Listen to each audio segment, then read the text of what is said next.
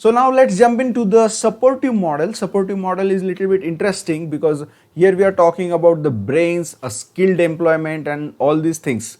So first and foremost, the basis of this model is the leadership. Yes, so leader need to culture the environment, leader need to give the proper support to the followers. Leader is there in the supportive model, and the managerial orientation is the support, right? And then the employee orientation is the job performance.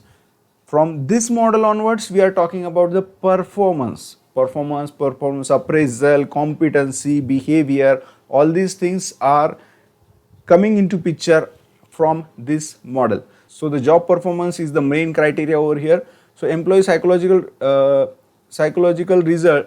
results is like participation. Every employee with the brain needs a recognition, participation, and they need to be acknowledged well. So in the supportive model, we are doing all these factors which are giving like active participation, rewards, then special trip to holiday trip for family, anything which gives more importance to the employee.